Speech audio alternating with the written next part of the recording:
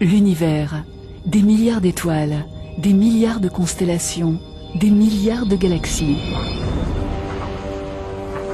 Mais depuis quand ces soleils lointains brillent-ils dans le noir? Comment cet espace, apparemment sans limite, est-il né?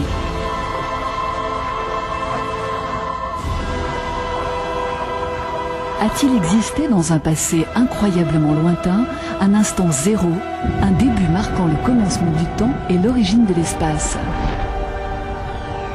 Et à quoi pouvait donc bien ressembler notre univers au moment où il est né?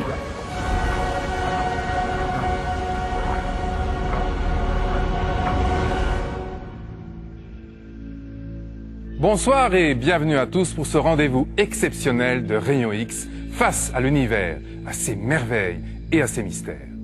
D'où venons-nous et où allons-nous? Quelle est cette immensité vertigineuse qui nous entoure et qu'on appelle l'univers? Ces questions, eh bien, vous vous les êtes tous posées un jour ou l'autre. Pour tenter d'y répondre, nous vous proposons ce soir un fabuleux voyage dans l'univers qui, pour la première fois, va nous mener là où personne n'est encore jamais allé, jusqu'à l'instant zéro. Ce voyage, nous le ferons ensemble, en compagnie de notre partenaire presse, VSD, qui consacre dans ce numéro de cette semaine un article exceptionnel à la création du monde. Et tout au long de notre rendez-vous, nous allons suivre l'histoire de l'univers sur cet objet que voici. Il s'agit d'un cône. L'univers, représenté par cette sphère, grandit avec le temps et son évolution forme un cône. C'est ce qu'on appelle en science le cône de lumière. Il a été inventé par Einstein et son professeur, le mathématicien Minkowski. Alors ce cône, il mesure, regardez bien, 13,7 milliards d'années-lumière d'un bout à l'autre. On vous dira pourquoi ces chiffres tout à l'heure. Son origine se trouve ici. Et regardez bien ce point. Il représente le commencement de l'univers.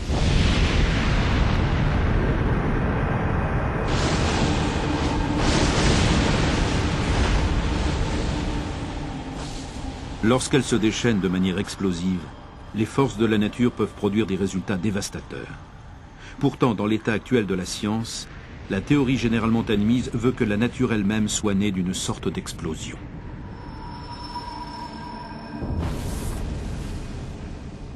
Il y a plusieurs milliards d'années, l'espace et le temps auraient ainsi été créés dans une gigantesque détonation connue sous le nom de Big Bang.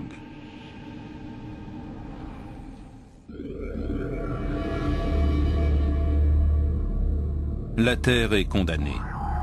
C'est ce que nous affirment les chercheurs qui étudient la vie des étoiles. Quand notre Soleil aura fait son temps, il se dilatera jusqu'à atteindre plusieurs fois son volume actuel, provoquant l'évaporation de notre atmosphère. Peut-être même engloutira-t-il toute la Terre avant de se contracter et de disparaître. Première bonne nouvelle, nous ne serons pas là pour assister au spectacle. Le Soleil n'explosera que dans 5 milliards d'années. Depuis les profondeurs de l'espace, Mars a toujours nourri l'imaginaire des hommes. Tout au long du XXe siècle, livres, films et bandes dessinées de science-fiction ont été marqués par cette fascination. Les astronomes l'ont été tout autant. Et comment s'en étonner? Avec ses déserts de sable, ses calottes polaires blanches comme la neige et les mystérieuses marques à sa surface, Mars ressemble davantage à la Terre que n'importe quelle autre planète. Depuis plus d'un siècle, les scientifiques débattent pour savoir s'il y a ou non de la vie sur Mars. Si les voyages dans l'espace deviennent sûrs et financièrement abordables, ils risquent de faire des émules et de devenir un vaste marché. Et dans ce cas, Mars attirera sûrement d'innombrables touristes.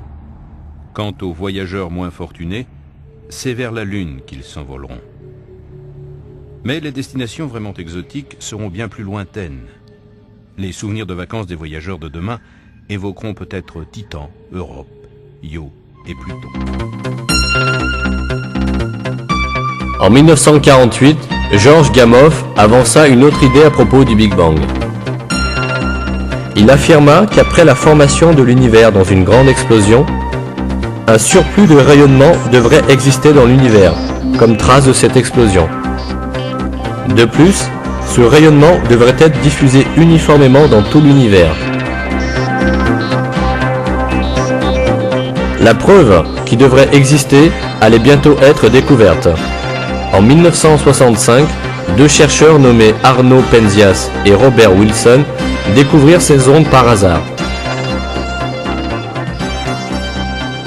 Ce rayonnement, appelé fond diffus cosmologique, ne semblait pas émaner d'une source particulière, mais était plutôt diffus dans l'espace tout entier. On comprit ainsi que ce rayonnement était resté des étapes initiales du Big Bang. Penzias et Wilson reçurent le prix Nobel pour leur découverte. En 1989, la NASA lança dans l'espace le satellite COBE pour effectuer des recherches sur le fond diffus cosmologique. Il ne fallut que 8 minutes au satellite COBE pour confirmer les calculs de Penzias et Wilson.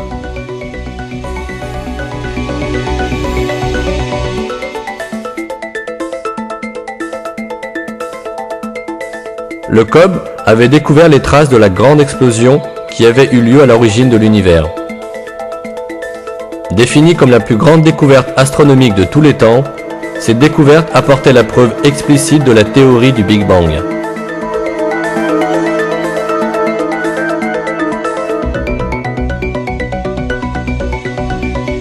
Une autre preuve importante du Big Bang provenait de la quantité d'hydrogène et d'hélium présents dans l'espace.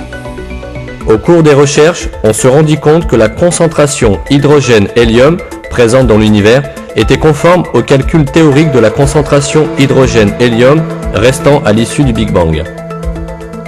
Si l'univers n'avait pas de commencement et s'il avait existé de toute éternité, sa composante d'hydrogène aurait déjà été complètement consommée et convertie en hélium.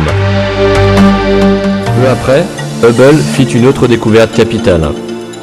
Non seulement les étoiles et les galaxies s'éloignaient de nous, mais elles s'éloignaient aussi les unes des autres.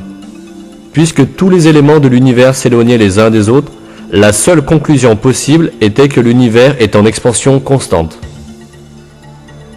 Pour mieux comprendre, on peut imaginer l'univers comme la surface d'un ballon qu'on est en train de gonfler.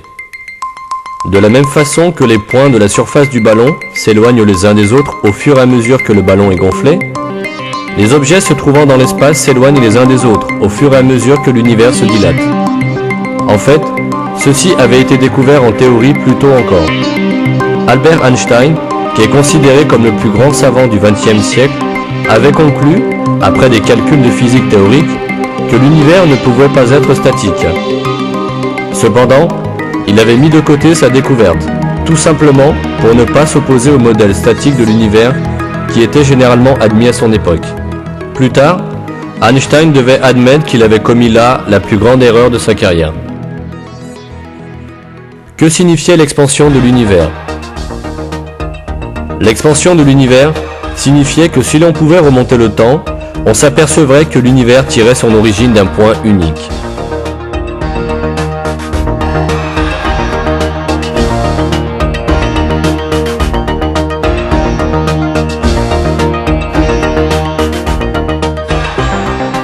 Les calculs montrèrent que ce point unique qui renfermait toute la matière de l'univers devait avoir un volume zéro et une densité infinie. L'univers avait été suscité par l'explosion de ce point unique de volume zéro. Cette grande explosion, qui marquait le commencement de l'univers, fut appelée le Big Bang, et la théorie prit également ce nom.